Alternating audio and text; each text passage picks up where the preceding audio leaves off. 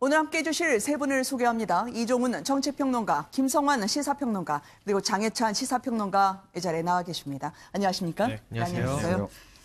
주식의 또 고용지표 악화예요. 이 어두운 경제 전망에 문재인 대통령이 선택한 카드가 있습니다. 전국 순차 방문인데요. 첫 번째 일정으로 GM 대우가 문을 닫은 군산에다가요. 건설 인력만 200만 명 들어간다는 새만금 태양광 발전 단지 선포식에 참석을 했습니다. 먼저 영상으로 소개해드리도록 하겠습니다.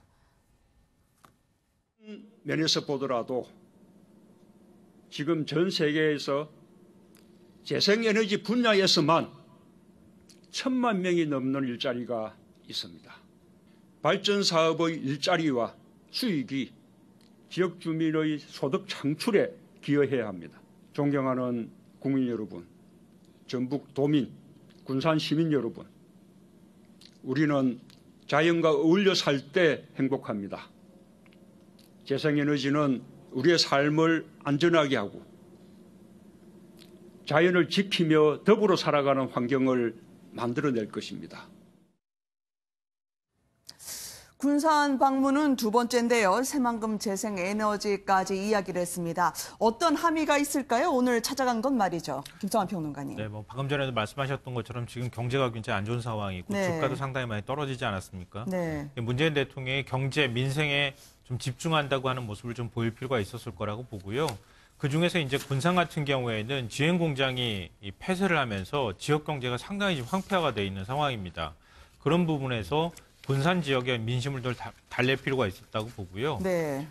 둘째로는 문재인 대통령이 그동안에 이제 생활형 SOC라고 하는 부분들을 강조했는데 기존에는 이제 주택시장이나 건설 경기를 통해서 경기를 부양하는 방식을 선택했다면 이번에는 그런 방식은 좀 아니다.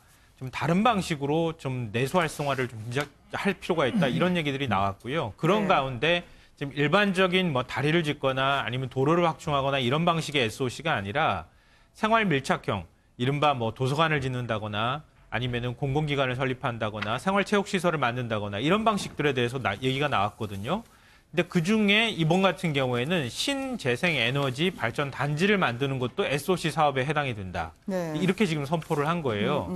그러니까 그동안에 지역 경제가 굉장히 좀 어렵다는 얘기가 많이 있었는데 문재인 대통령이 스킨십을 통해서 지역 경제를 좀 지역 민심을 다독이는 이런 차원 네. 하나하고 또 하나는 내수 활성화를 통하는 방식의 신재생에너지라고 하는 좀 친환경 어떤 그 건설 사업을 좀 하나의 어떤 중요한 포인트로 삼아서 네. 이번에 이제 행사를 했다. 이렇게 좀 해석을 할 수가 있을 것 같습니다. 네.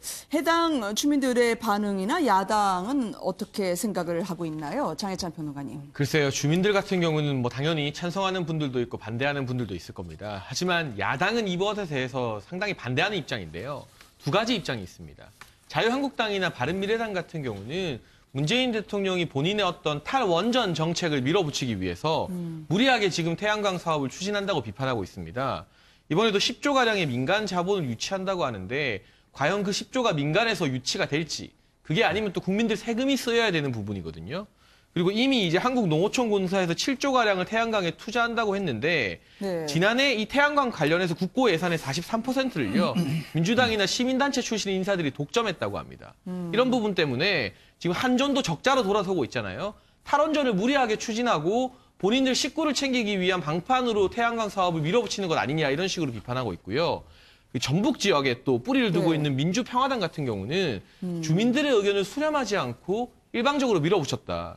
30년 동안 주민들이 새만금 지역이 어떤 대한민국을 상징하는 산업단지가 되기를 소망하고 있었는데 네. 여론 공론화 과정, 탈원전 때는 여론 공론화 했었잖아요. 그런 걸 거치지 않고 청와대에서 일방적으로 이 태양광 단지를 짓겠다고 발표한 것은 30년을 기다린 어떤 전북 주민들에게 예의가 아니다. 이런 논리로 강하게 비판하고 있습니다. 네. 이종훈 평론가님, 그래서 한 번 더 여쭙고 싶어요. 이제는 문 대통령이 직접 나서야겠다라고 해서 이제 오늘 오후에는 경주까지 가지 않았겠습니까? 군산 빵집도 전해드렸는데 아무래도 과거에 노무현 정부 시절에 비서실장을 했던 그 경력으로 조금 디테일을 넣기 시작했다라고 하는데 어떻게 경제 활력을 집어넣을 수 있을까요? 문 대통령이요. 네. BTS 월드 투어에 아주 굉장히 자극을 많이 받으신 것 같아요. 그러니까 전국 투어를 지금 이제 기획을 하신 것 같아요. 이제 야심차게. 최근에 사실 뭐 민생 경제가 워낙 어려운 상황 아니겠습니까? 그래서 네. 뭔가 돌파구를 마련해야 되는 그런 상황이고 그 답을 좀 지역에서 찾아보시겠다라는 것으로 좀 읽혀요. 그런데 이 BTS만큼 박수를 많이 받으실 수 있을지는 잘 모르겠습니다. 왜냐하면 너무 좀 황급히 마련된 그 전국 투어라는 느낌이 좀 없잖아 있어요. 그러니까 일정도 보면 오늘 이제 이 군산에 가는 일정 같은 경우 굉장히 자세하게 나와 있습니다. 또 네. 지금 뭐 경주 가서 오늘 이제 회의를 하는 그 일정까지는 나와 있는데 나머지 지역은 지금 가서 어떤 그 일정을 소화하실지에 대해서 아직까지 청와대가 네. 딱 이렇게 이야기를 못 하고 있어요. 그러니까 아직 확정이 안 됐다라고 지금 이야기를 하고 있거든요. 통상적으로 이런 그 지역 투어를 한다라고 전제를 했을 때는 사전에 다 이렇게 그 지자체하고도 협의가 이루어지고 또 지자체 차원에서 할 수 없는 부분들을 대통령이 가서 해결해 주는 방식으로 지역 투어를 보통 기획하기 마련이거든요. 네. 자, 그런데 이 지금 나머지 지역은 지금 아직까지 지금 구체적인 일정도 안 나와 있고 어떤 사업에 대해서 어떤 대통령이 발언을 하실지에 대해서도 아직 안 정해져 있는 것으로 지금 알려져 있어요. 이렇다면 이게 과연 그 소기의 목적을 달성할 수 있겠는가? 그리고 가장 결정적으로는 이런 지역 투어를 통해서 실제로 성과가 나와야 되는 거 아니겠습니까? 예를 들어서 지역 수건 사업인데 도저히 뭐 중앙정부하고 협의가 안 돼서 해결 안 되고 있던 부분을 대통령이 가서 직접 보고 네. 현지 시찰을 하시고 이건 이렇게 하라라고 지시가 나오고 곧바로 실행이 되는 그래서 성과로 이어지는 이런 식으로 네. 좀 진행이 돼야 하는데 그런 부분이 조금 그러니까 좀 취약한 상태가 아닌가 이런 생각을 좀 하게 합니다. 아무래도 지방 경제가 살아야 나라 경제도 살 수 있다라는 그런 취지가 아닐까 싶습니다. 직접 팔을 걷고 현장 돌기에 순회에 나섰던 문재인 대통령 소식까지 저희가 전해드렸습니다.